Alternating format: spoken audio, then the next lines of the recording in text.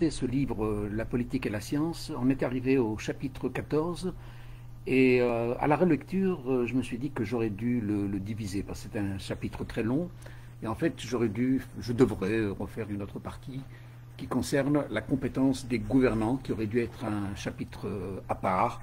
Mais bon, je vous disais hier que j'ai rédigé ce livre d'abord par des réflexions politiques sur une interrogation qui remonte à loin dans le passé, une interrogation qui m'est venue à la fin de mes études et que j'ai poursuivie.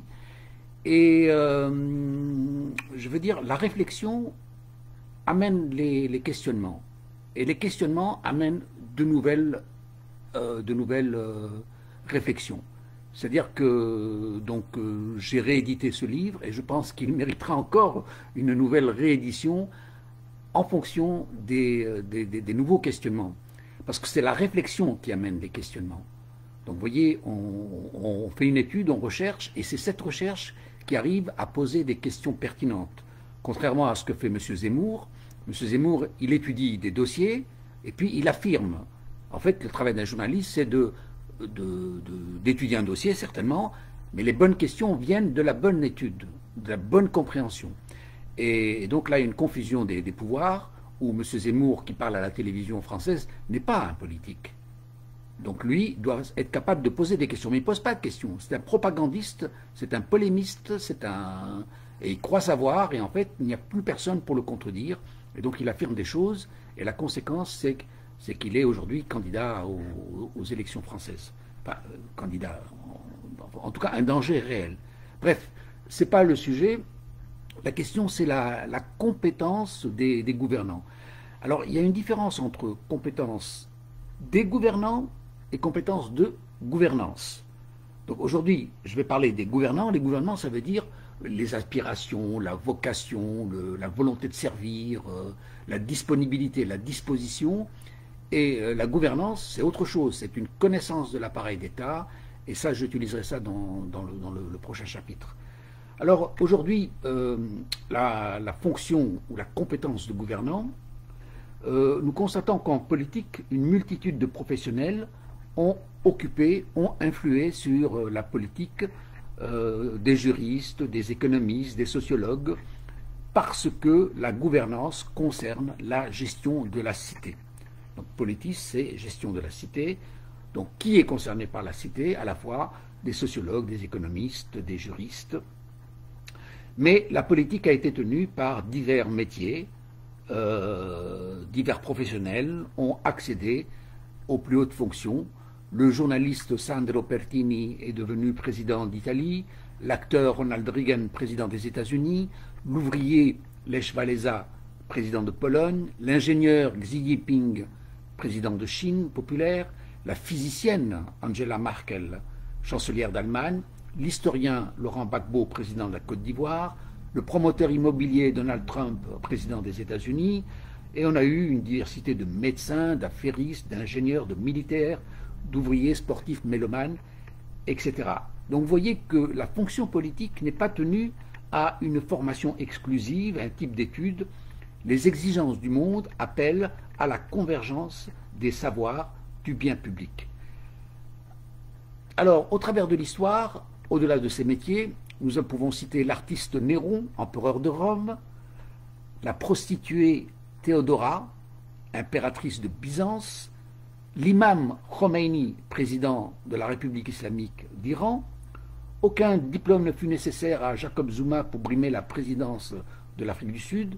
Tout autant, en Europe, l'éducation ne fut pas nécessaire pour le sympathique Paul van den Bunens, entrepreneur bruxellois du marché de la viande, devenu Premier ministre, ni pour Pierre Bérégovoy, ukrainien, ouvrier métallurgiste, Premier ministre français sous la présidence de François Mitterrand, le footballeur Georges Weah échoua au second tour de la présidentielle au Libéria, l'acteur Schwarzenegger devint gouverneur de la Californie, le boxeur Klitschko, député de Russie, ont concouru à la présidence des industriels, des animateurs TV, des postiers, des personnalités médiatiques, des comiques comme Coluche, Dieudonné ou Afrida Turner, et dans l'actualité, probablement Éric Zemmour.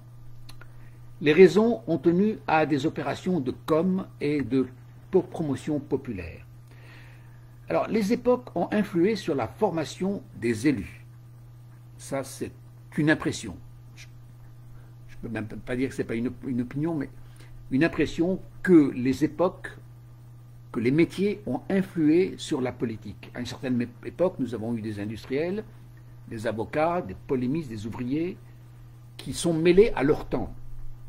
Il y a des engagements sociaux de guidance des peuples sous l'autorité des philosophes, des financiers, d'économistes, d'écologistes ou autres.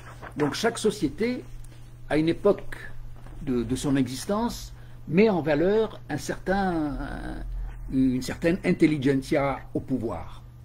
Alors les avocats ont composé une principale part des gouvernants et des révolutionnaires.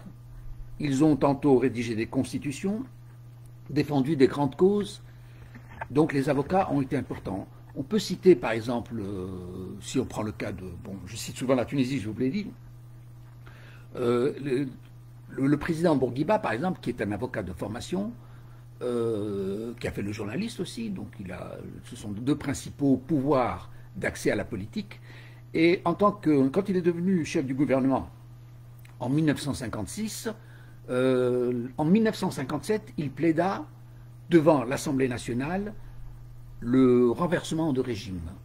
Donc en plein été de l'été 1957, pour les personnes âgées qui ont un certain souvenir et qui pourraient peut-être nous rappeler un peu cette époque, en plein été, Bourguiba tient un important discours devant l'Assemblée nationale où il prend le monopole de la parole, où il plaide, en fait, c'est un moment inattendu, les gens sont à la plage, ne s'occupent pas du tout de ce qui se passe en politique, et Bourguiba prend le monopole de la parole et il fait un discours historique. L'histoire est injuste, l'histoire des beys a été abusive, tout en affirmant la modestie de sa personne et de sa représentation.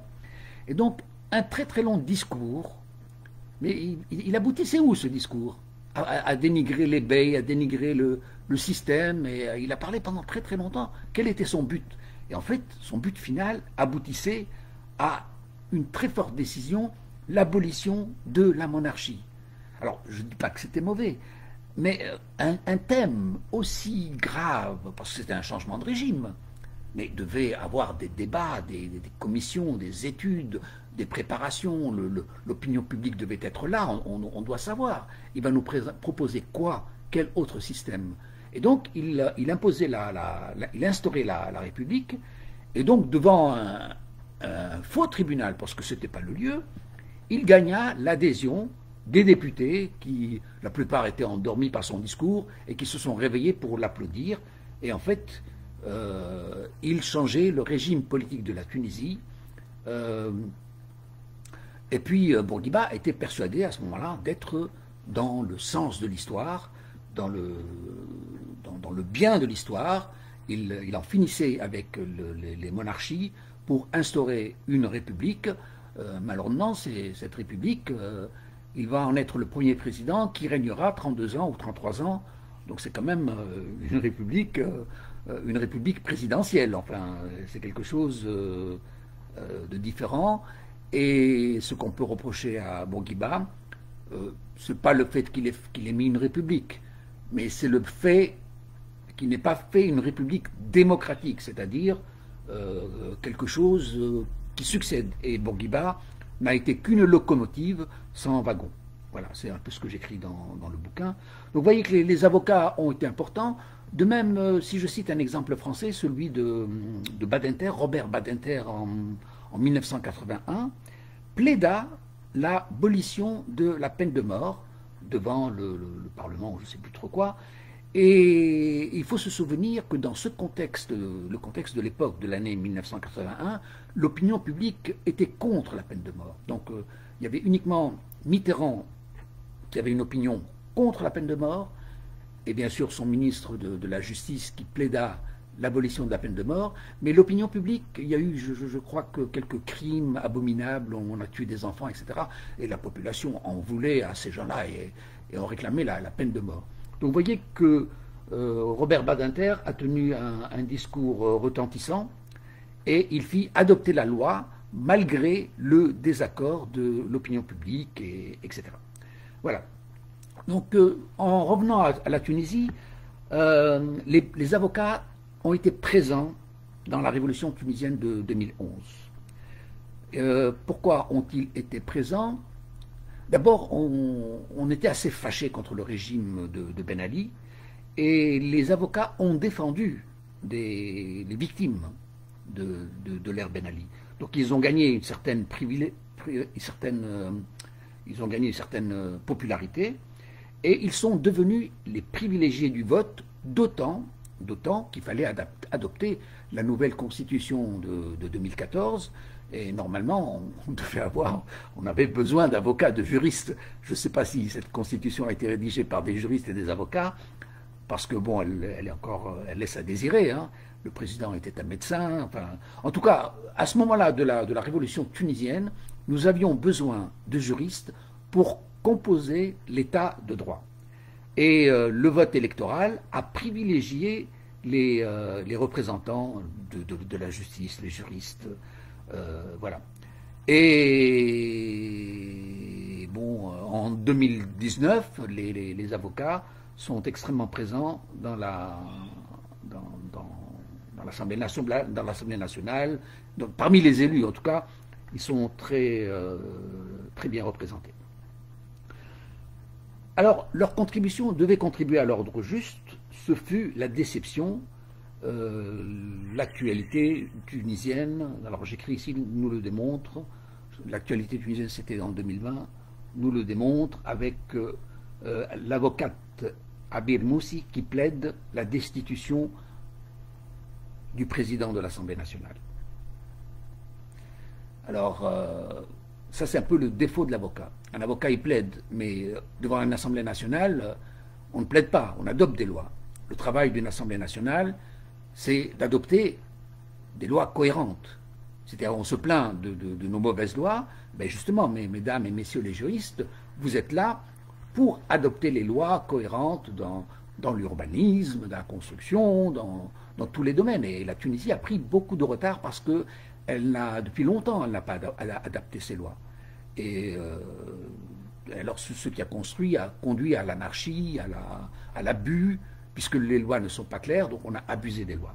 Et donc on attendait peut-être beaucoup des juristes, et c'est peut-être pas inconsciemment qu'on a voté les juristes. Donc vous voyez, je vous dis que les époques appellent à un certain type de profession. Bon, on nous a eu à un moment, on a failli être récupéré par les religieux. Bon, heureusement, ils n'ont pas gagné la partie. Pourtant, le parti Nahda a été premier parti de Tunisie, le plus important.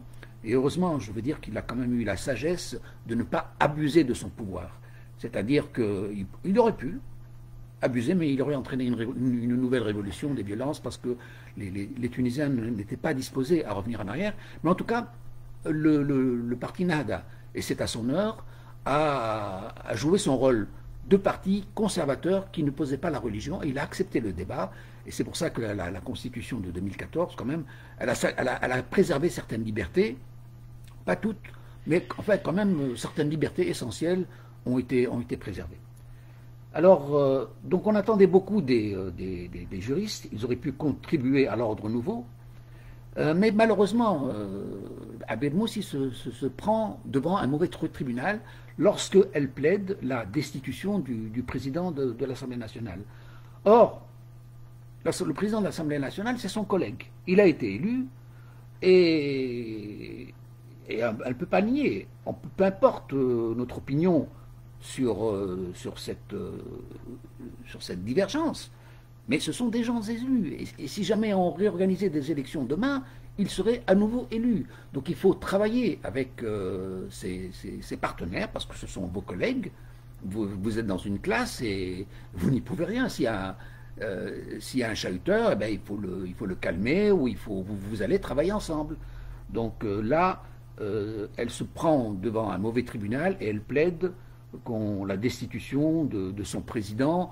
On peut entreprendre cette mesure si jamais il y a une mesure de trahison Mais ce n'était pas le cas. C'était une procédure qui n'était pas justifiée par la trahison ou par le parjure ou par quelque chose de bon, il est incompétent, mais c'est pas nouveau. C'est pas nouveau en Tunisie, des incompétents, on les a à tous les niveaux. Je fais de l'humour, de l'auto-humour, enfin je m'excuse. Ah, c'est lourd. Voilà. Alors j'écris ici, Abel Moussi s'attaquait à un élu dénoncé pour son idéologie religieuse, que par ailleurs elle partagerait grandement. Peu importe la composition de la Chambre, elle devait convaincre l'intérêt de porter des lois sur l'auto, le divorce, le pénal, le territoire, l'administratif, la santé, le bâti. Voilà. Donc l'objet de l'Assemblée nationale est d'adopter des lois. Donc il y a des études en commission, des débats parlementaires, et l'Assemblée nationale adopte des lois. C'est ça son travail. C'est pas plaider je veux pas celui-là ou je veux renvoyer cet autre, même s'il est incompétent, et surtout s'il a une opinion divergente de vous, ça doit stimuler le débat dans le respect. Bien sûr, il y a la parole, mais dans le respect, pas dans le... Voilà. Donc il y a des travaux en commission. Et ça, en Tunisie, c'est nouveau. Comment c'est nouveau? Je veux dire, moi j'ai vécu les années 60 et les années 70, et à l'époque, nos députés adoptaient les lois françaises. Donc tout ce qui était adopté en France, on ne se cassait pas la tête, on ne finançait pas d'études ou de commissions, on adoptait, on traduisait, on adoptait à peu près les lois, et puis après on a lâché.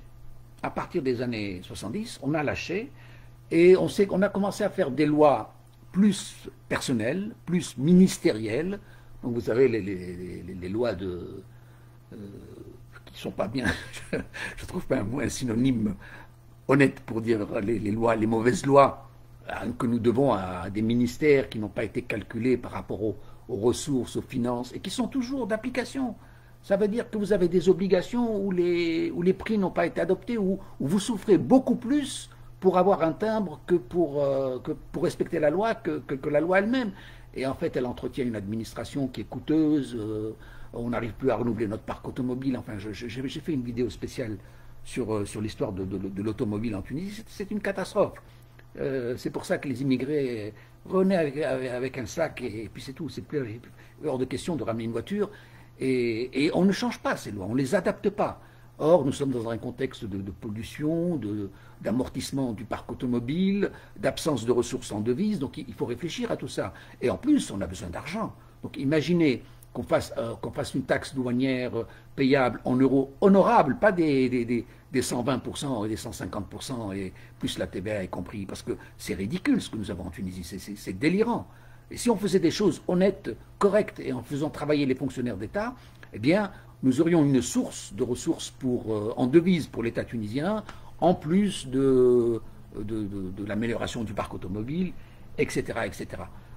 Voilà, aujourd'hui, par exemple, dans le cas de la Belgique, le diesel va être interdit. Il devait être interdit fin 2020, ça a été reporté à 2021. Donc on prend des mesures parce que le diesel est polluant. Ben, écoute, donc les voitures ne valent pas cher.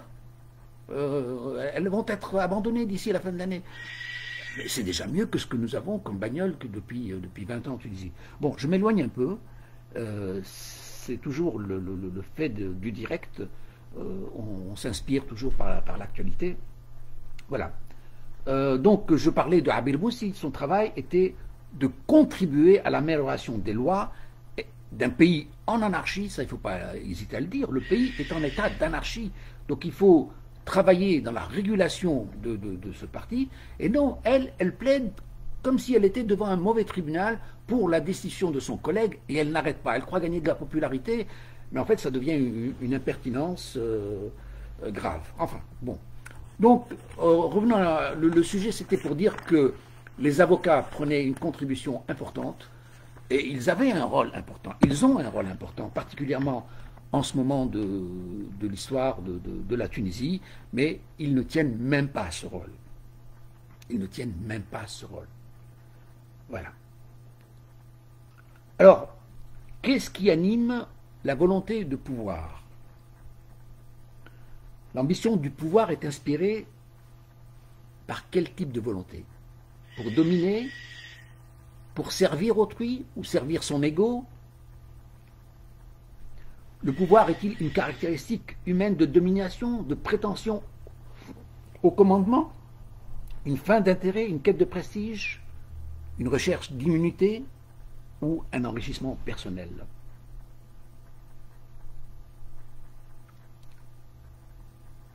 Alors, bon, là, il y a une particularité de la politique, c'est que la politique se détache des examens, des exigences.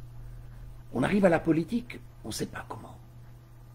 C'est-à-dire que quand vous arrivez dans la direction d'une boîte, vous avez été sélectionné. Vous êtes jugé sur des critères. La politique, c'est autre chose. Alors, comment est-ce qu'on gagne le pouvoir? Comment est-ce qu'on accède au pouvoir? Alors, la force, la prise de force est souvent un moyen. Le coup d'État. Bon, j'ai inversé. Je parlerai avant de parler de l'armée, qui est un principal moyen d'accéder au pouvoir. Qu'est-ce qui se passe dans la tête d'un Jésus-Christ, d'un comte Klaus von Stauffenberg, d'un colonel Jean-Bastien Thierry, d'un Nicolae Ceausescu, d'un Robert Mugabe, d'un Patrice Lumumba ou d'un Muammar Kadhafi? Qu'est-ce qui les engage à aller jusqu'à la violence pour gagner le pouvoir, destituer un pouvoir? Pourquoi ces risques sont-ils pris? En fait, ils portent un idéal social et ils s'en croient capables.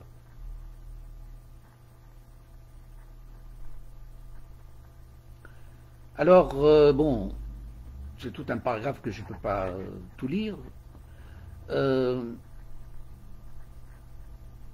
Ils se sont engagés à porter un idéal social et s'en croire le plus capable s'ils n'avaient eu la méthodologie adéquate. L'enfer n'est-il pas souvent pavé de bonnes intentions? Le Roumain avait été un fervent militant communiste, favorable à la classe ouvrière. Le Rhodésien, un nationaliste du Zimbabwe, farouche militant anticolonial. Le Congolais refusait toute transition de cadre belge dans le nouvel État indépendant. Le Libyen détestait le lustre de la dynastie royale des Sénoussi. Et bon, les prophètes furent probablement des révolutionnaires, soucieux de haute inspiration humaine, mais ils menaçaient le pouvoir et Jésus-Christ le justicier Jésus-Christ fut jugé plus dangereux que le meurtrier Barabbas. Alors j'ai cité Klaus von Stauffenberg. Il est l'honneur de l'Allemagne. Il est l'honneur de l'Allemagne puisque c'était un soldat qui a essayé d'assassiner Hitler et renverser le régime nazi. C'est vraiment l'honneur de l'Allemagne. C'est un gars qui était borgne, blessé, sans main, et il était déterminé. Il a mis une bombe. Malheureusement, cette bombe a explosé dans un endroit aéré, exceptionnellement aéré, dans un bunker aéré, et donc Hitler n'a pas subi de dégâts, mais il s'en est pris, il s'est vengé contre les Allemands, et vous savez que les Allemands sont un peuple discipliné, et dans la discipline, ils ont suivi un meurtrier, ils ne se rendaient pas compte. Et donc Stauffenberg a été quelqu'un qui a compris, qui s'est donné pour l'Allemagne, bien entendu, il est allemand. Mais à un certain moment, il a réalisé qu'il y avait quelque chose qui n'allait pas, et von Stauffenberg doit être fusillé. Je cite bien sûr le colonel Jean-Bastien Thierry. C'est pareil, il avait la même détermination contre le général de Gaulle. Alors là, c'est un peu difficile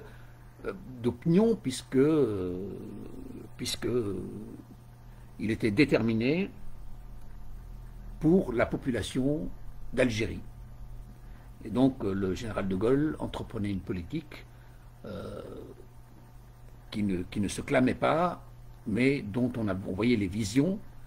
Et le colonel Jean-Bastien Thierry désapprouvait et ne voyait pas d'autre moyen face à la dictature du général de Gaulle que de passer par la tentative d'assassinat au Petit Clamart, et Jean-Bastien Thierry sera fusillé. Voilà.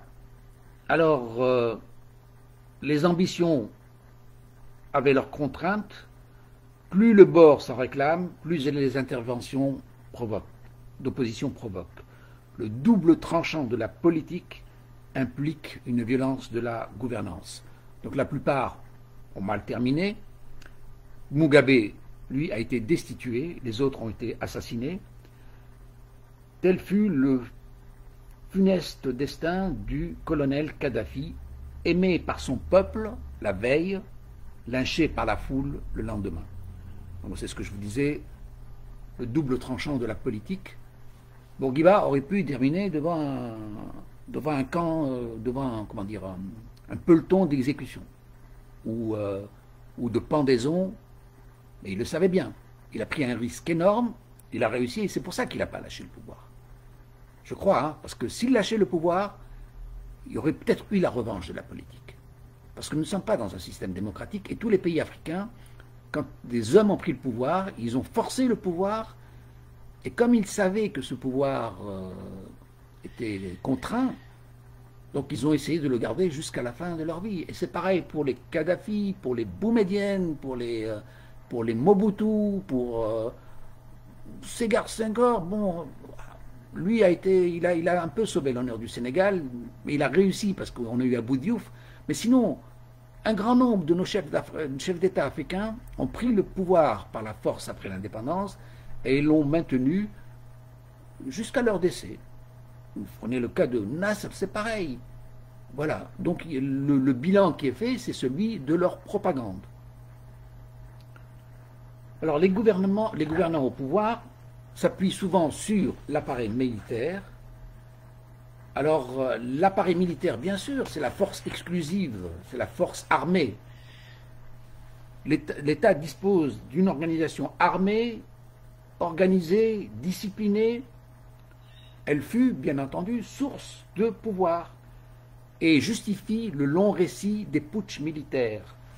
Et cela remonte à loin. La loi de Rome interdisait aux généraux de traverser le Rubicon avec leur armée. Vous savez que Rome était conquérante, mais les généraux, lorsqu'ils revenaient à Rome, ils revenaient sans leur armée. Bien entendu. Et le passage du Rubicon par Jules César, dans le fameux citation Alea jacta est, c'est-à-dire que c'est fini maintenant, on a pris le risque, et on traverse le Rubicon, il enfreignait la loi, bien entendu, donc c'était grave comme décision. Et Alea jacta est. Voilà. Donc c'est l'origine de la trahison. Et donc vous savez bien que Jules César finira assassiné par, je ne sais plus, 23 coups de couteau. Tous les députés, leur honneur disait qu'il fallait qu'ils plantent leur couteau sur Jules César, qui a trahi le serment de Rome. Et en fait, l'idée, c'était il faut protéger le pouvoir politique du pouvoir militaire. Il y a une nukta qui me vient à l'esprit. Nukta, c'est une anecdote.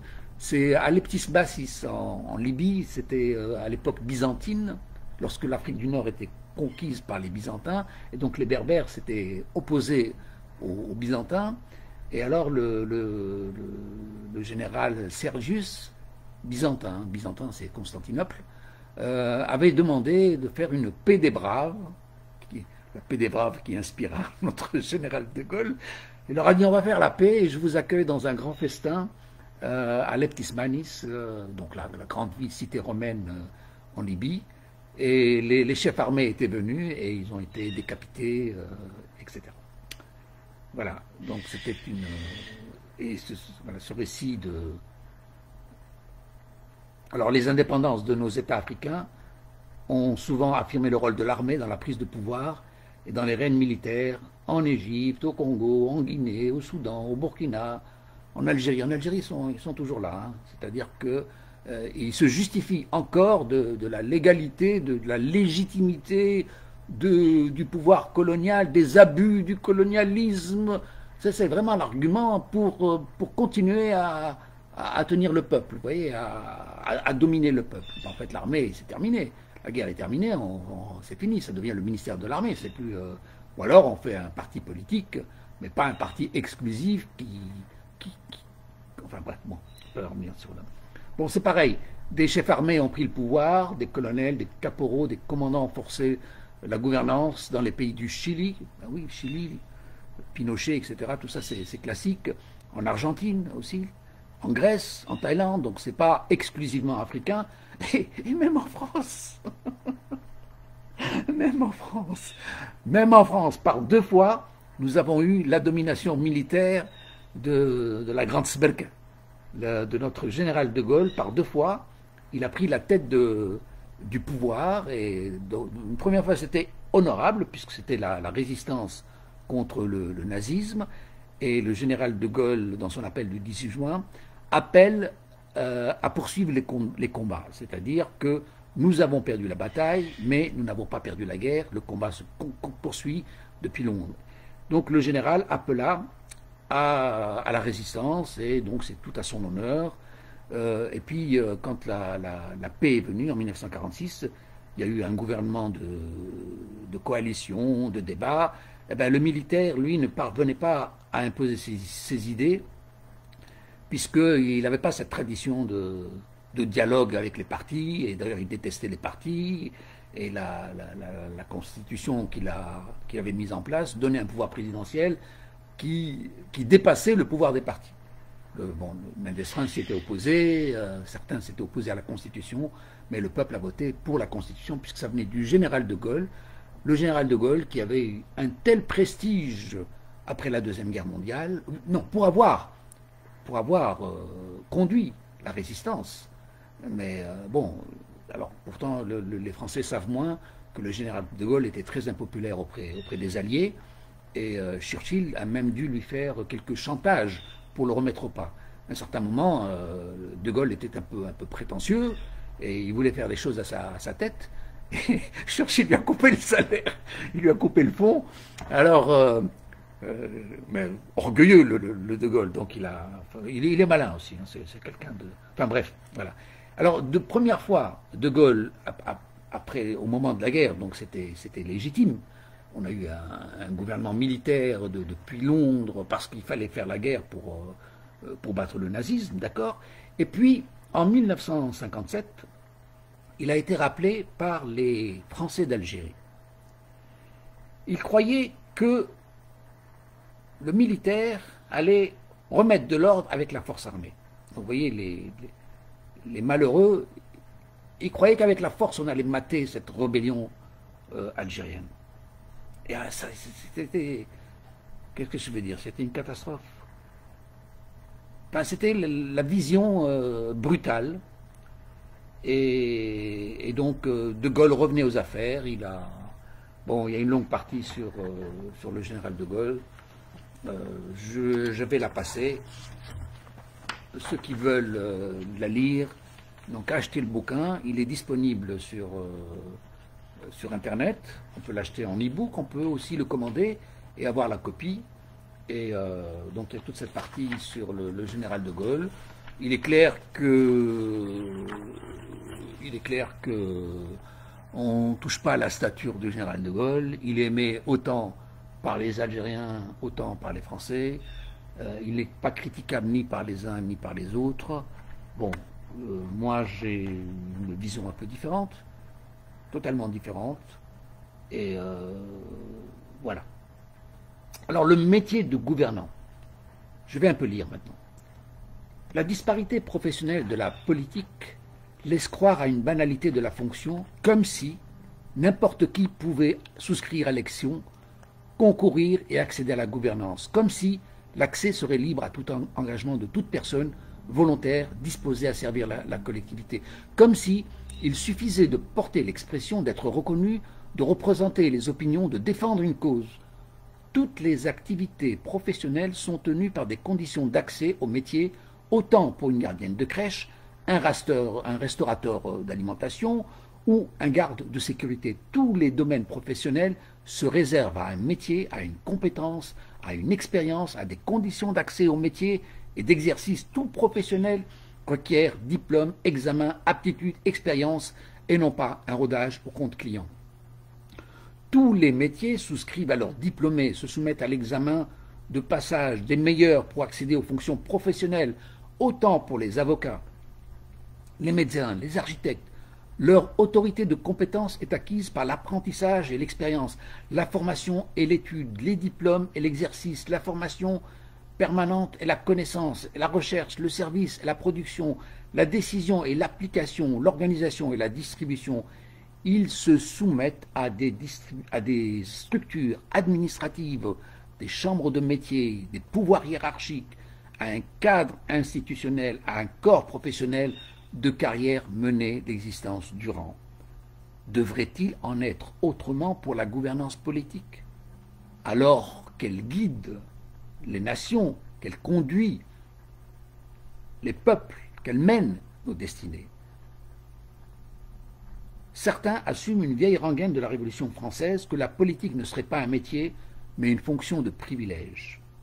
N'oublions jamais d'ajouter de la compétence et de la capacité de comprendre, de gouverner et de préparer pour une meilleure société de demain. Il est inutile de prétendre à une incompétence de gouvernance au nom d'un ego intime. L'état du monde délabré ne permet plus les négligences. Il faut soutenir l'idée d'une professionnalisation politique à l'équivalent de toutes les compétences de service. Faut-il douter d'un métier des rois?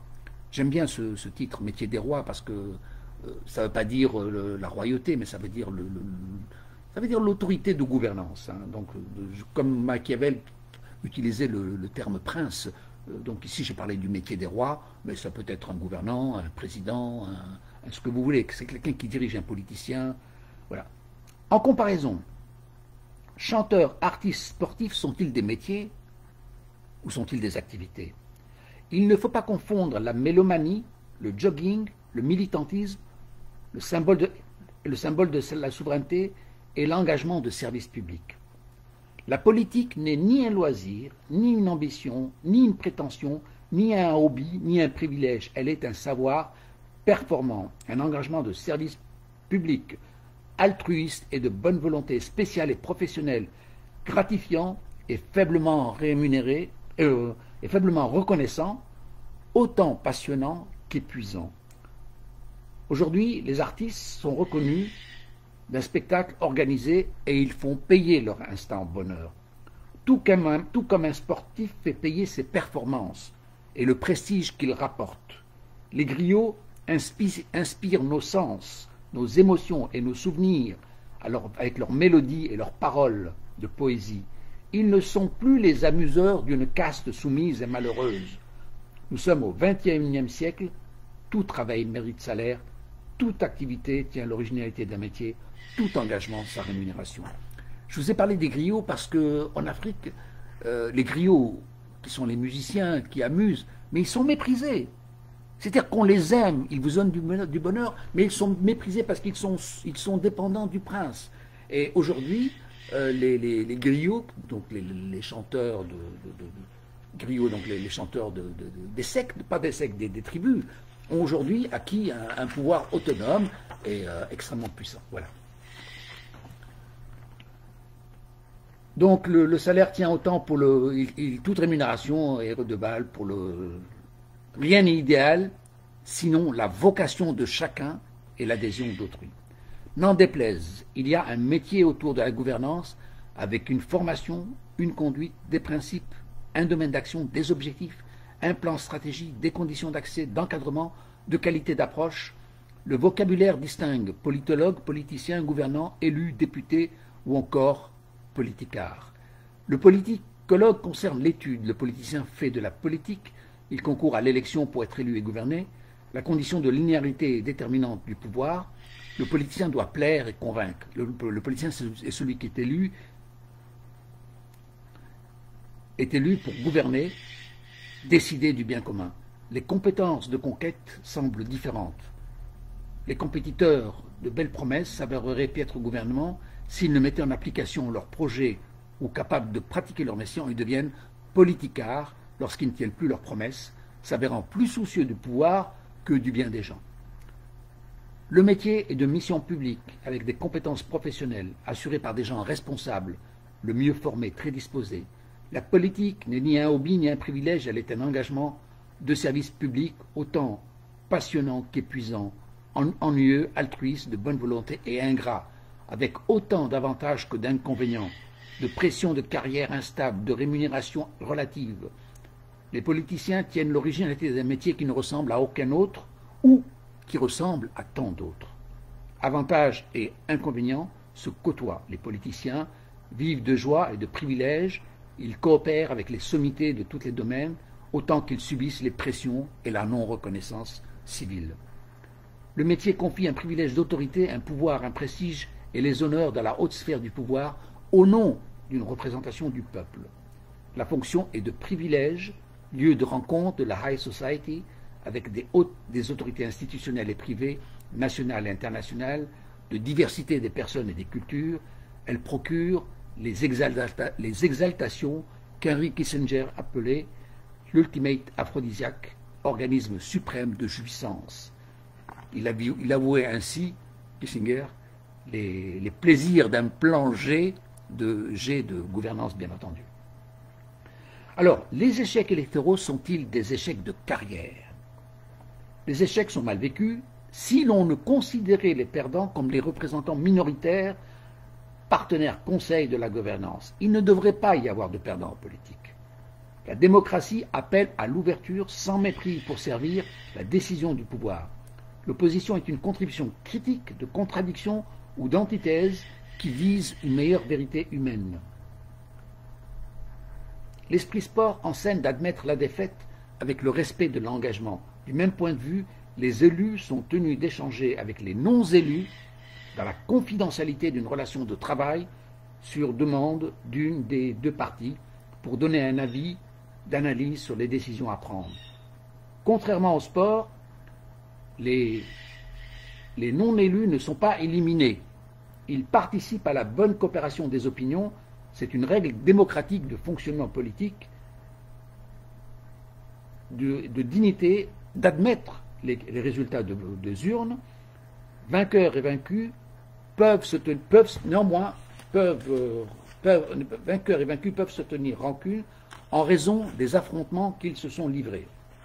La manière serait d'assouplir la transition, de professionnaliser la fonction et de prévenir un tant soit peu l'instabilité du métier.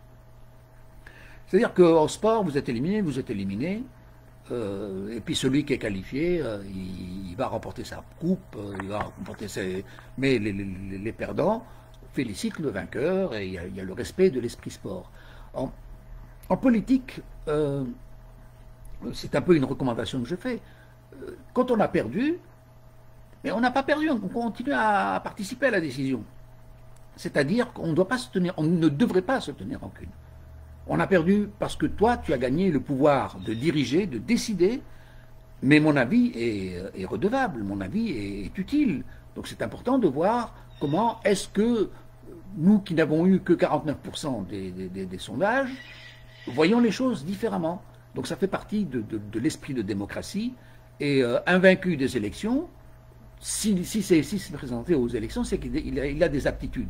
Mais s'il n'a pas gagné les élections, il a les aptitudes de conseil pour une meilleure vérité humaine. Voilà.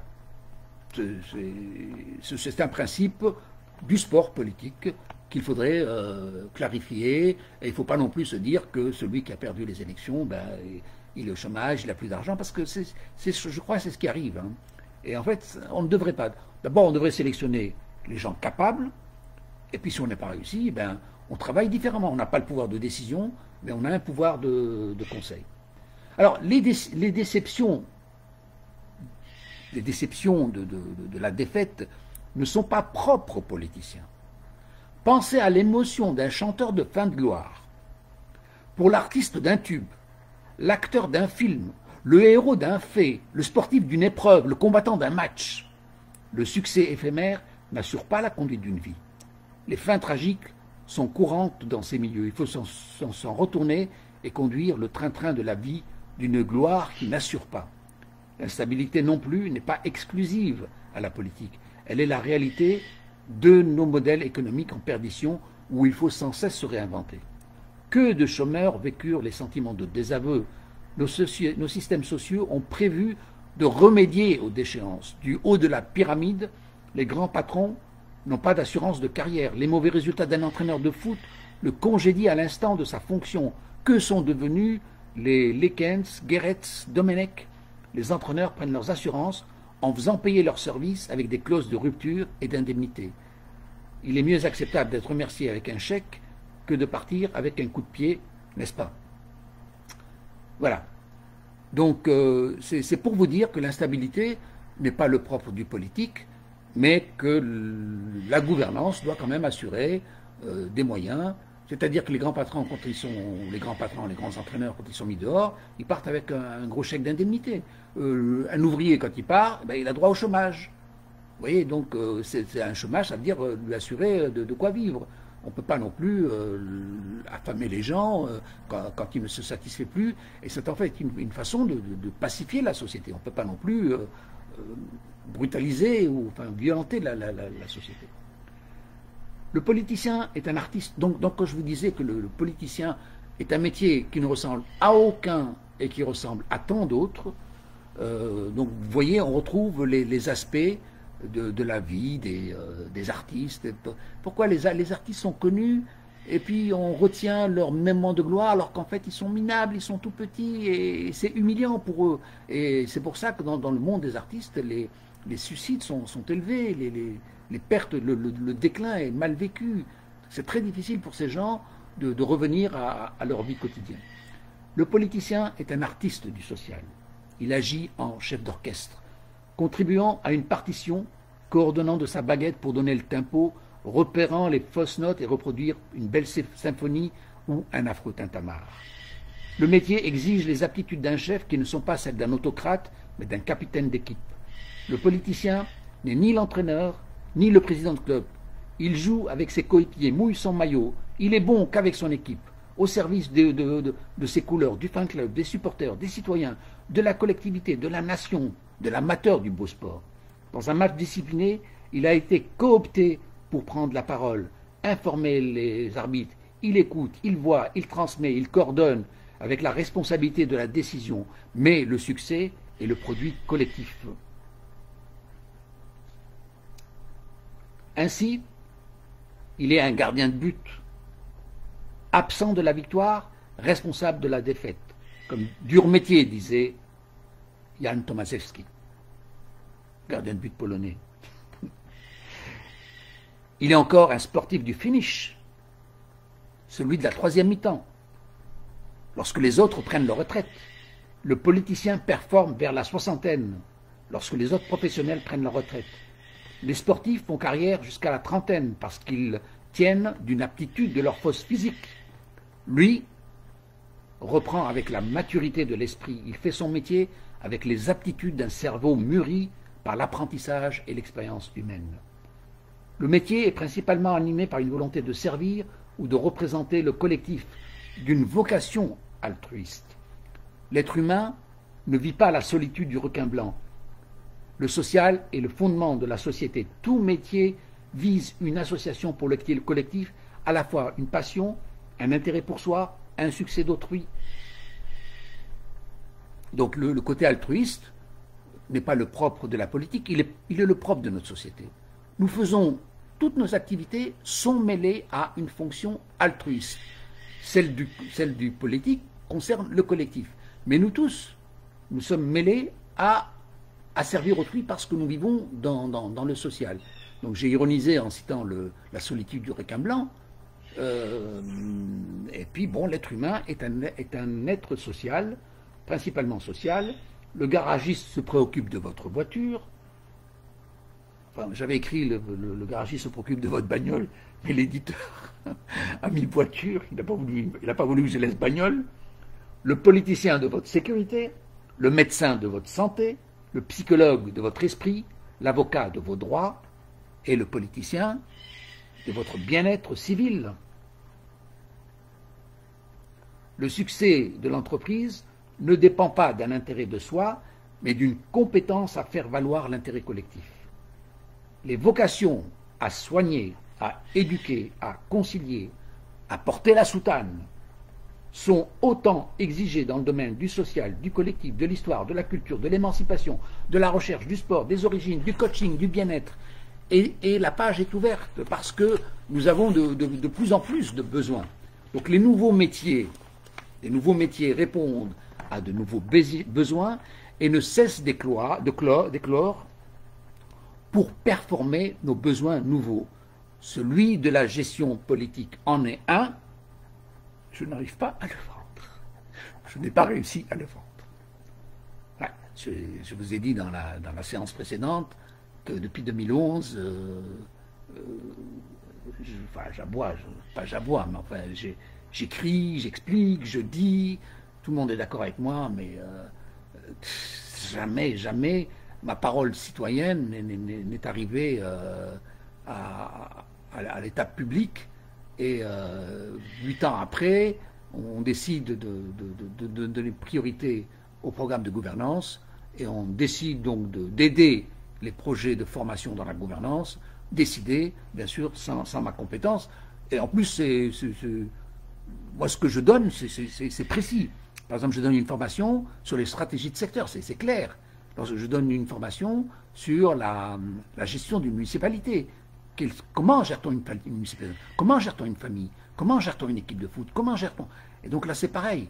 Nous n'avons pas de formation pour gérer la municipalité. Et là, j'explique les principaux principes et chacun adapte par rapport au lieu, par rapport à sa personne, mais il est conscient des engagements. Et ça concerne aussi les engagements d'un État. Si vous voyez aujourd'hui l'État tunisien, le président tunisien ne sait pas sa fonction. Il a besoin d'un cours. Il a besoin de savoir quelle est sa mission. Quelle est sa mission? Il ne sait pas ce que c'est. Je vous le dis très sincèrement. Et on doit donner un cours au président de la République pour lui dire, voilà où est votre fonction, vous devez nous rapporter ceci, vous nous devez faire cela, vous devez avoir un contact pour ceci, parce que c'est une contribution au collectif. Et voilà. Donc les questions de gouvernance me semblent essentielles en Tunisie pour le moment. Alors, le service d'autrui. Le service d'autrui. Donc le service d'autrui est une compétence de la science politique, en tout cas du politicien, des gouvernants, parce que c'est une vocation à la base, c'est un métier, il est essentiellement basé sur le service collectif, l'intérêt collectif, et donc une conscience d'autrui. Alors, est-ce que le service d'autrui est-il incompatible avec les intérêts de soi? L'idée d'un professionnel de l'altruisme questionne. L'Église catholique influa sur la chasteté et l'engagement du sacerdoce. C'est-à-dire que pour se consacrer au bien public, les curés ne se mariaient pas, et donc ils faisaient un engagement de sacerdoce et de célibat pour se détacher des biens matériels et se mettre au service des autres. Donc ça, c'est particulier à la religion catholique. Les protestants, les musulmans, les imams, les rabbins israélites, eux, ont répondu de manière différente. Ils tiennent leur vie familiale, ils tiennent leur prêche, ils ne sont pas non plus une puissance... Quoique, et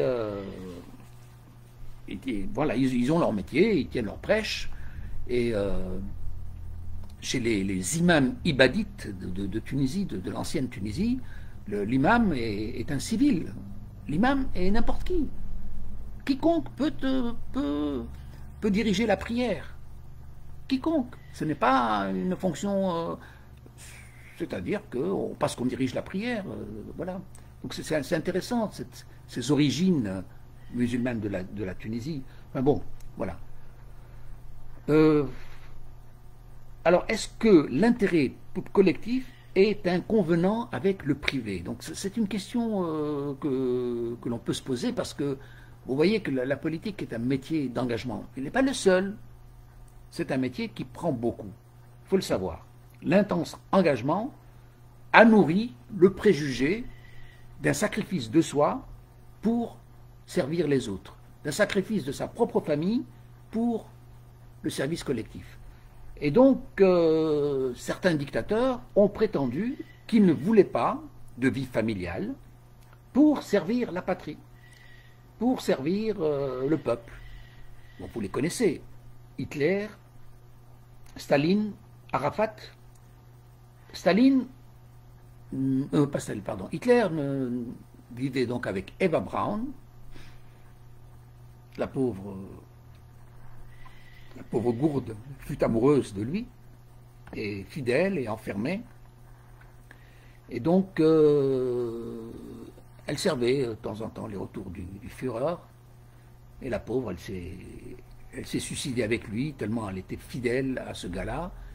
Et ce gars-là ne l'a pas épousée parce qu'il prétendait que le plus urgent, c'était le nazisme, et il fut à l'origine de dizaines de millions de morts. Donc la Deuxième Guerre mondiale, il y a eu quand une centaine de millions de morts. Eh bien, nous les devons à Hitler. Staline, bon, Staline n'est pas la cause de la Deuxième Guerre mondiale, mais il a subi les conséquences. Mais lui aussi, il avait un rôle, comment dire, paternel. C'était un peu le chef de la patrie, enfin le père. Et lui-même ne vivait pas avec sa femme et ne dormait jamais de nuit dans la même chambre. Et donc, il fut, selon sa fille, un mauvais père, alors que lui, c'était sa Svetlana adorée. Il avait donc un autre sentiment, mais la Svetlana, la fille de Staline, avait quitté l'URSS et s'était réfugiée aux USA. Et comme elle avait un nom important, elle a écrit un livre à grand succès, dans lequel elle tape bien sur son papa. Mais lui, il avait une autre opinion. Mais là encore, Staline a été un mauvais père, mais il a été aussi un mauvais père de la nation.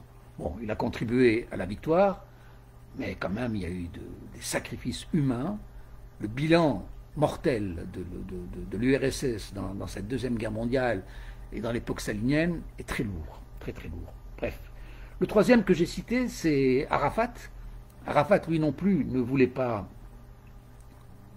se marier parce qu'il était engagé pour la cause palestinienne, mais le résultat, c'est qu'il n'a pas abouti à une solution pour le peuple palestinien. Donc il a été évincé de son territoire et la volonté guerrière a certainement été cause de l'exode, des migrations, des souffrances, de rancune, de haine qui se perpétuent à ce jour. Voilà. Donc, donc depuis 60 ans. Mais quand même, Arafat a eu une fille avec sa secrétaire.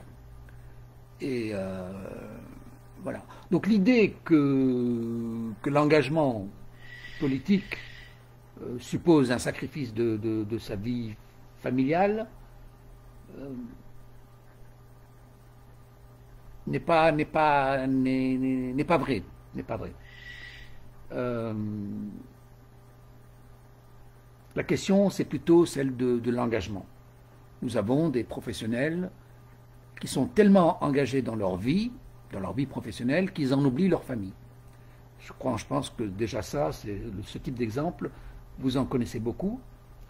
Et donc la mauvaise paternité n'est pas le propre du politique, mais de tout engagement passionnel qui risque le détachement filial ou familial. La question tient plus à la relation de disposition des parents avec leurs enfants. Nous avons le souvenir d'anxiété d'enfants de riches dont les parents actifs auraient été indisponibles à leur progéniture et de l'équilibre naïf d'enfants joyeux, de parents pauvres proches de leurs enfants. Oui, là, donc je cite un exemple personnel donc de mes observations, ça n'a rien de scientifique, mais on voit une chose et son contraire. On a eu des enfants de riches qui allaient dans des familles de pauvres parce que c'était plus chaleureux, parce qu'on plaisante, on n'a pas honte de vulgarité, etc. Par contre, chez les bourgeois, là, on se tient à un chic, à une attitude qui n'est pas naturelle, qui fausse en fait l'esprit d'un esprit bourgeois. Bon, enfin, vous connaissez tout ça. Alors, les personnes actives n'auraient pas le temps ou la disposition à consacrer au jeune âge. Parfois, les intelligences grillent la facilité d'humour. Enfin bon, voilà. Les psychologues ont dit l'intérêt de l'affection dans la construction mentale. Voilà, ça c'est important ce que je dis. Et j'ai cité l'expérience du Lebensborn. L'expérience du Lebensborn est parlante à ce sujet. Alors le Lebensborn, vous savez, ce sont ces enfants, ces petits-enfants de l'époque nazie, où enfin, c'est la pureté des traits d'une bombinière, d'une pouponnière d'enfants blonds aux yeux bleus, magnifiquement beaux. Et en fait, on s'est rendu compte que ces beaux enfants étaient tristes et malheureux, fortes d'affect. Et donc l'affection est essentielle. L'affection d'un parent, d'un enfant moche, elle est beaucoup plus importante. Et donc ces beaux enfants de l'époque nazie ont mal terminé, n'ont pas eu d'enfants, n'ont pas eu d'attachement, n'ont pas eu... J'ai entendu une fois le témoignage d'une femme qui parlait de cette expérience du Lebensborn, c'est pourquoi je l'ai cité. Et en fait, elle était très très malheureuse. Elle était très malheureuse et finalement elle est partie en Afrique où elle a vécu simplement, où les gens donnaient, toute cette défaillance de l'affect existe. Voilà. Donc, bon, mais on a une chose et son contraire. Les vocations de servir autrui existent autant que les vocations traduites en activité professionnelle. Alors, les vocations à la politique, je peux dire qu'il y a peut-être une vocation. Ce n'est pas lié à tout le monde. La même fratrie n'a pas la même vocation. Les enfants d'une même fratrie n'ont pas la même vocation. Et donc, ce que je dis, c'est qu'il peut y avoir une vocation à la politique. Alors, j'ai cité un exemple de certaines familles nombreuses, où dominait un esprit d'altruisme et de chefferie. Certaines familles nombreuses dominent l'esprit de chefferie. Pourquoi? Parce que l'aîné a été formé pour seconder le père, tenir une responsabilité d'accompagnement pour aider les jeunes frères et sœurs. Voyez? Et donc, ça, je l'ai observé en Afrique, souvent l'aîné, parce que dans certaines familles, l'aîné s'occupe des jeunes frères et sœurs, il les marie même, il les met au boulot, et il se marie en dernier ressort. Donc vous voyez cette vocation altruiste, cette vocation de chef, mais c'est tout simplement qu'il a secondé le père dans la fonction d'éducation, et puis parfois le père est décédé. C'est arrivé avec mon oncle Taïeb, je l'ai observé chez d'autres gens, je l'observe chez mon épouse qui est l'aînée, moi-même je suis aîné, donc on a quelque chose d'intérêt pour autrui, contrairement à l'enfant unique. L'enfant unique, lui, ne voit la vie qu'autour de lui. Donc vous voyez, et parfois les deuxièmes, troisièmes, ils trouvent normal d'acquérir des choses. Et l'aîné, l'enfant unique, est égoïste, on le dit, hein. Bon, enfin, on le dit sans faire de règles, bien entendu. Mais ce sont des traits de caractère, c'est les traits de caractère de l'humanité, de l'éducation, et voilà. Alors, et c'est pareil autant pour les formations des petits soldats, des petits enfants. J'écris ici, une wonderful propagande a justifié de sacrifier sa précieuse et misérable vie pour servir la cause et mériter la place des martyrs. Donc là encore, on a donné une éducation pour former les petits soldats qui vont donner leur chair. Et donc vous connaissez la fameuse citation dans laquelle on inspire un peu d'ego dans ce sacrifice. C'est le pouvoir ajoute une expression d'écho sur non pas ce que l'Amérique peut te donner, mais ce que tu peux donner à l'Amérique. Donc cette phrase est une équation clé. Vous changez le mot, donc la question c'est pas ce que l'Amérique va me donner, c'est ce que je peux donner à l'Amérique. Et je vais lui donner ma vie, je vais lui donner mon sacrifice. Voilà, vous voyez. Et donc je disais que cette phrase est une équation clé en politique, parce qu'il suffit de remplacer le mot Amérique par Algérie, ou par islam, ou par sionisme, ou par, je sais plus, par un idéal, et on se sacrifie au nom de cet idéal. Et puis donc l'actualité nous en parle. On vient enfin, une femme vient d'être tuée. Ah oui, non, c'est plutôt oui, une commissaire. Enfin bon, je ne vais pas détailler. En tout cas, l'actualité parle beaucoup de ces sacrifices ou de ces tueries qui se réclament au nom d'une religion, d'une idéologie ou autre. Voilà. Tout à l'heure, j'avais cité le comte Klaus von Stauffenberg. Bon, mais c'était une idéologie. Mais là, c'est tué gratuitement. C'est pas équivalent. C'est pas équivalent. Enfin bon, c'est pas équivalent. C'est très dangereux ce que je dis là, parce que il faut beaucoup de maturité pour ces choses-là. Enfin bref. Voilà. Alors, la gouvernance mondiale. Les États jalousent leurs privilèges nationaux. L'accès à la politique est restreint à des conditions de nationalité, de droits civiques, de parrainage. Les privilèges de sang, de nation, de communauté, de religion devraient cesser pour réduire le dernier tabou politique. Alors là, je vais faire un plouf dans les pays d'Afrique du Nord, parce que eux sont puristes. Par exemple, ce qui se passe en Tunisie en ce moment, vous vous rendez compte que des députés veulent exclure d'autres députés parce qu'ils ont une nationalité étrangère, parce qu'ils ont une double nationalité. Donc je trouve ça très grave, et donc là j'ai une opinion, en tout cas dans mon écrit, qui est totalement contradictoire, opposée en tout cas à cela.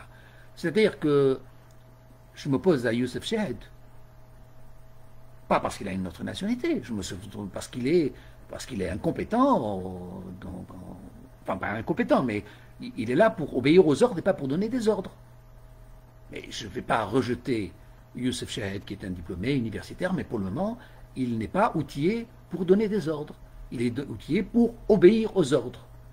Donc vous voyez, c'est un cadre, mais je veux dire, on ne va pas faire de discrimination sur la nationalité. Or, c'est ce qui se passe aujourd'hui en Tunisie.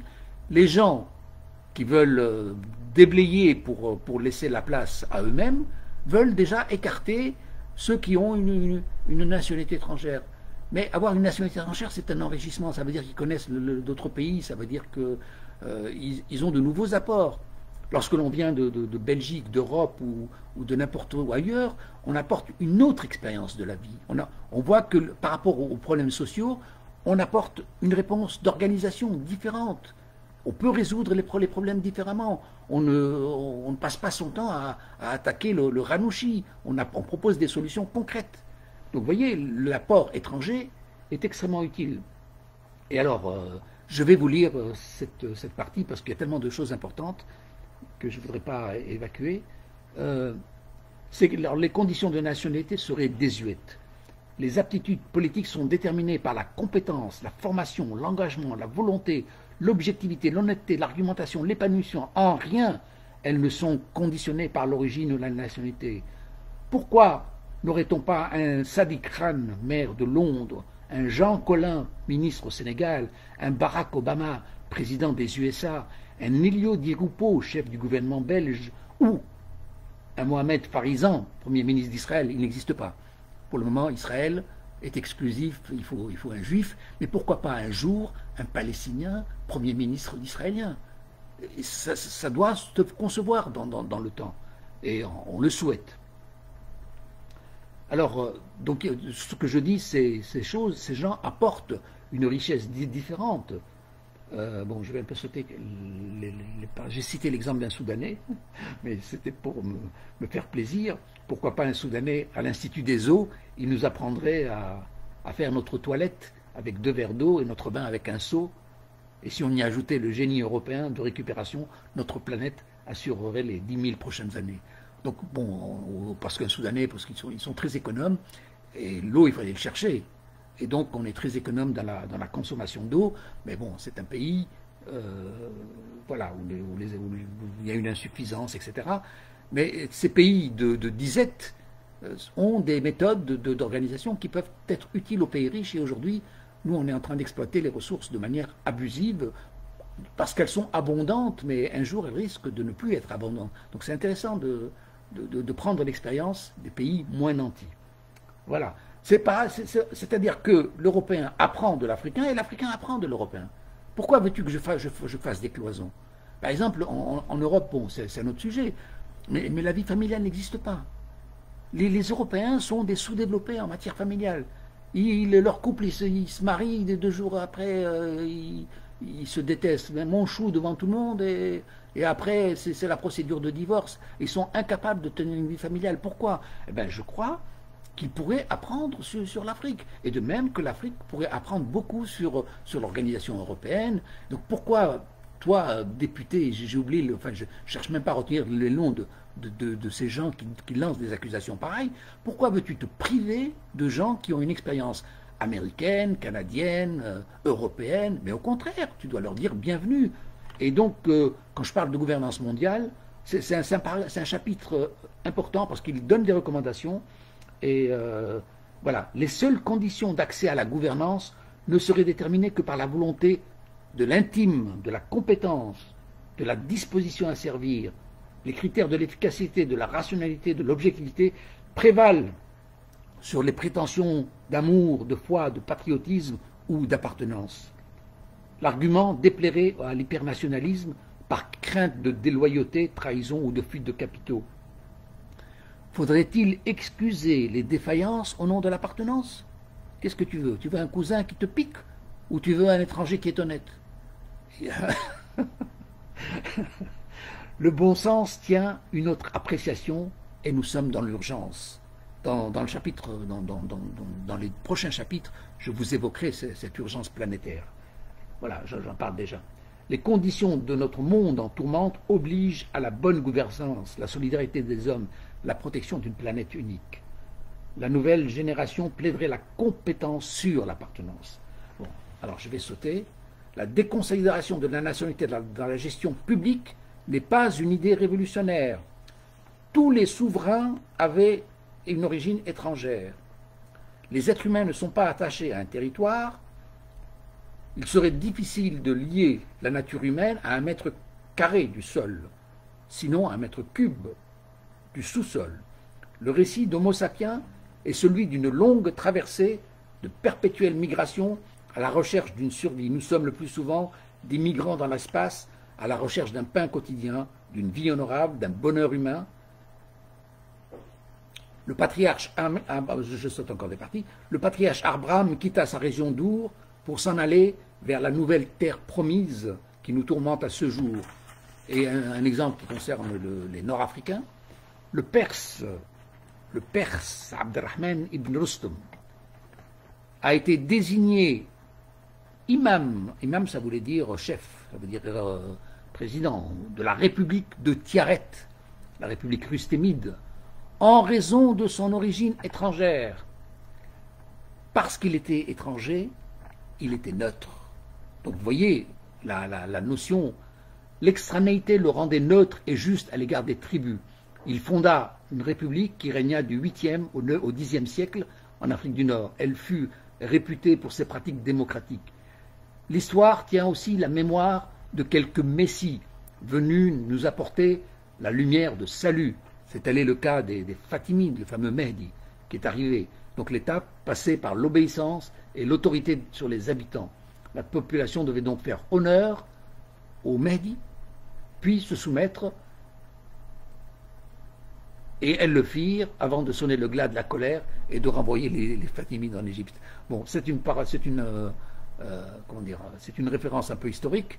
Pour ceux qui veulent l'histoire, j'ai fait un autre livre d'histoire qui s'appelle Histoire d'Ifriqiya, que vous retrouvez chez le même éditeur, qui est un très bon livre aussi. Alors, à notre époque, le critère national est usé en argument maître. Son privilège vaudrait sur la finalité du projet. Alors, on peut entendre la solidarité qui pose une base de confiance. Néanmoins, le nationalisme est une idéologie récente qui servit les canons. Elle remonte au XVIIIe siècle et fut à l'origine de toutes les guerres du XXe siècle. Donc le nationalisme, il y a des gens qui se vantent de nationalisme, de patriotisme. Bon, il faudra nuancer. Quel est votre objectif? C'est le nationalisme ou le bien-être? Donc ce sont des références de l'idéologie qui sont importantes à distinguer, qui sont très importantes à poser. Qu'est-ce que vous voulez? Un État islamique ou un État islamique? C'est-à-dire un État de la religion ou un État de paix?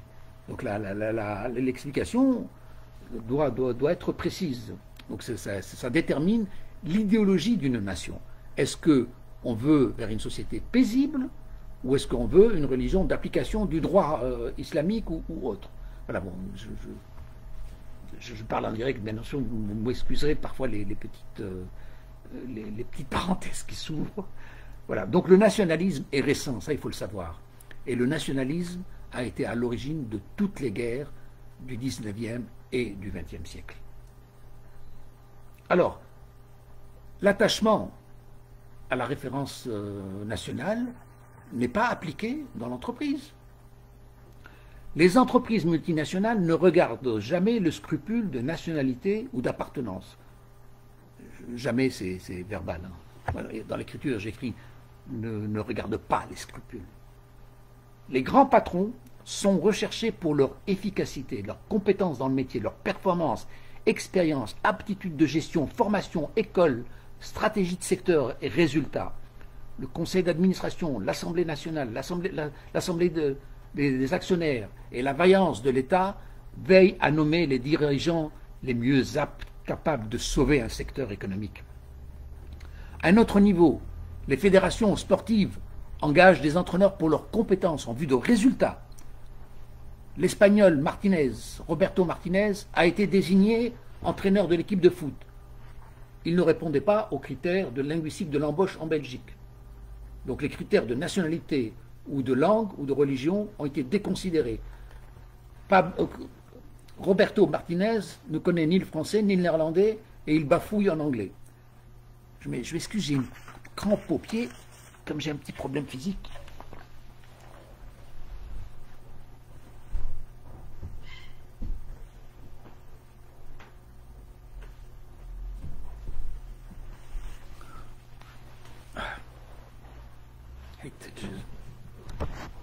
Il fait froid, à l'air de rien, il fait froid et j'ai attrapé une petite crampe à la jambe. Mais c'est bientôt fini, je voudrais bien finir vite quand même. Alors les entreprises nationales, à un autre niveau, les fédérations sportives ne regardent pas les critères de langue, de nationalité ou de religion, ça n'a pas de sens, c'est complètement absurde. Donc Roberto Martinez a été engagé pour ces critères sportifs, et donc, alors qu'en Belgique, il n'aurait pas été engagé, il ne connaît ni le néerlandais, ni le français, et il bafouille en anglais. Bon, c'est un peu une ironie. Pourtant, il a été choisi par des gens capables d'apprécier ses compétences professionnelles et non pas par un vote de l'applaudimètre. Et les supporters sont très contents de cette décision, ils sont très fiers et on est très satisfait de la désignation et des performances de l'équipe de foot. La déception fut autre pour le mémorable Black Joe Vidinik, entraîneur du Zaïre à la Coupe du Monde de 1974. Le représentant de l'Afrique, ceux qui se souviennent, encaissa 9-0. Il encaissa un 9-0 au foot contre la Yougoslavie, qui était la nationalité de l'entraîneur Vidinik. Voilà. Alors, était-ce dû à la compromission pour explication abusive, à une grève des joueurs qui n'avaient pas reçu leur prime, ou à un dédain de nationalisme? Peu importe. La responsabilité est dans l'organisation du choix d'un chef d'équipe, des conditions de travail. Donc ce n'est pas le résultat, c'est le choix d'abord. C'est comme je vous disais, ce n'est pas le fait d'avoir décidé d'un mauvais président, mais c'est le fait d'avoir établi les présidents. Imaginez qu'Éric Zemmour devienne candidat et qu'il est élu. Mais ce n'est pas la faute des électeurs, la faute est de l'avoir mis dans la liste des électeurs. Parce que cet homme n'est pas un présidentiable. Il ne peut pas être présidentiable. Il faudra trouver, on a les éléments, les arguments légaux pour dire que ce gars ne peut pas. Mais vous me direz, c'était pareil pour Macron. Macron aussi n'appartenait pas à un parti politique, il ne pouvait pas se présenter. Pourtant, bon, il a réussi et il est devenu président. Mais Macron n'est pas un président dangereux. Par contre, Zemmour sera un président dangereux. Voilà. Alors, donc là encore, si Wildenig il a pris 9-0, c'est pas de sa faute à lui, c'est la faute des gens qui l'ont choisi, des conditions de travail, etc. Il faut chercher la faute ailleurs et ne pas simplifier à la... Alors, tout autre, le destin de Guus Hiddink, entraîneur néerlandais, qui devint héros national de la Corée du Sud pour avoir hissé la sélection en demi-finale de la Coupe du Monde 2002. Roger Lemaire gagna tant d'estime de la part des Tunisiens après la Coupe d'Afrique en 2004 qu'il s'installa au pays des Jasmins. Tout comme les supporters veulent des résultats, les citoyens aspirent au bien-être. Alors là, je pose une question. Le sens national tient à la réussite pour la qualité de vie, la sécurité, la liberté, l'égalité, la justice. Nul ne veut de violence, de guerre, de misère, de détérioration des conditions de vie, de destruction de la planète. Alors là, c'est une question d'orgueil que je pose. Est-ce qu'on veut une efficience à la Suisse ou un bien-être à la bengalaise? Parce que, par exemple, en Tunisie, on commence à se dire Rob Zouma ou Ben Ali là. Et ils ont fait la révolution, et ils veulent parler. À l'époque, les Algériens nous disaient, mais si vous avez du pain, vous avez de l'économie, vous avez à bouffer, vous avez de la liberté, qu'est-ce que vous voulez en plus causer? Et ils riaient de nous. Et aujourd'hui, on ne rit plus de nous. Voilà. Je sais qu'il y avait un sujet important. Ici, c'est relatif à l'orgueil. Qu'est-ce que tu veux? Parce que mettre un dirigeant compétent de nationalité étrangère, moi, ça ne me dérange pas. Mais d'autres mettent l'orgueil. Alors, mettre l'orgueil en avant. C'est-à-dire que c'est un discours très, très généraliste. Et bon, il faudrait peut-être Enfin bon, moi je ne suis pas aux commandes, hein. Mais je vois par exemple qu'on veut exclure des gens pour leur nationalité. Or, au contraire, ce qu'on a fait pour une équipe de football, je pense qu'on peut le faire pour la politique. Et c'est pour ça que j'ai titré Gouvernance mondiale. Voilà. Alors c'est pour ça que je vais terminer ce paragraphe. François Asselineau me paraît être un brillant stratège politique. Il ne pouvait être élu à la présidence française gagnant 1% des suffrages. Pourquoi ces compétences ne serviraient-elles pas à notre pays?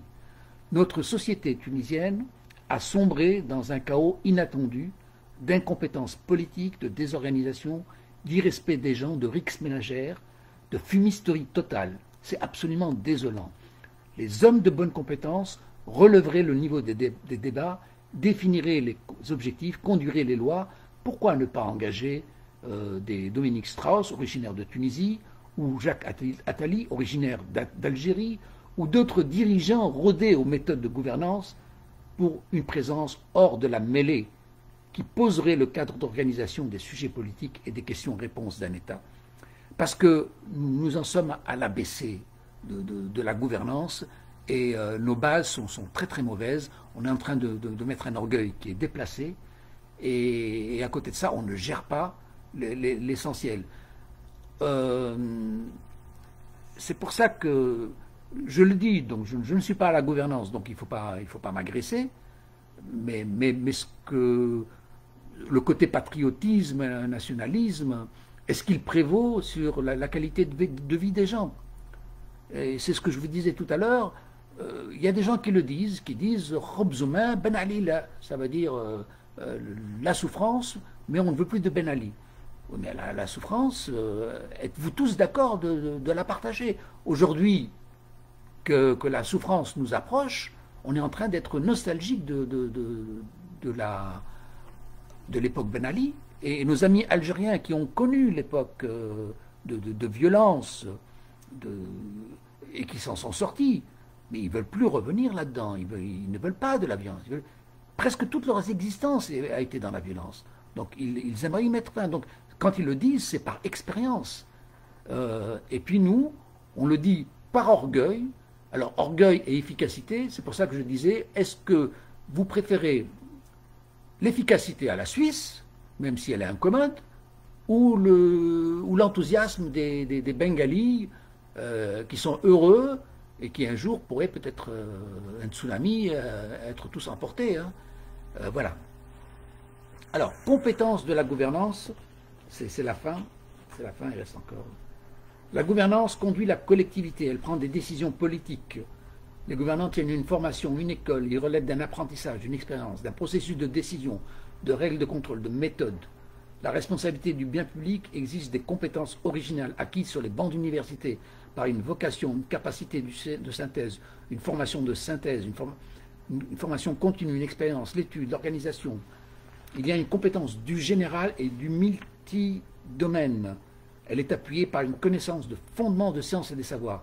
Alors, les chapitres précédents ont évoqué donc tous les apports des disciplines scientifiques pour la constitution d'une science politique. Alors, la généralité implique la fonction de tous les domaines, parce que tous sont impliqués par la décision de la gouvernance. Les candidats doivent être capables de comprendre les enjeux, les objectifs, les implications, l'intérêt public, les projets sociaux, les engagements collectifs. La généralité des sciences politiques nécessite des aptitudes de compréhension rapide des enjeux multidomaines au mécanisme. Alors, multidomaine induit une dialectique de la...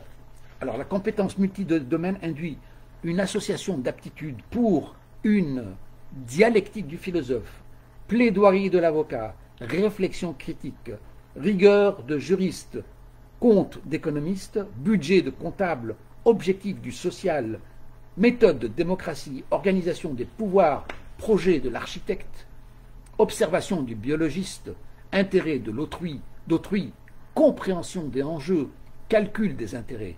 Elle suppose une force d'engagement, d'activité, de présence, de disponibilité, une vocation à servir un intérêt d'autrui et un sacrifice de soi. Alors, la compétence politicienne est de tout savoir, à la différence du savant de Socrate qui ne sait rien, mais qui détermine. L'un agit, l'autre pense. Le savant philosophe ignorait tout, même les enjeux qui le conduiront à boire la ciguë.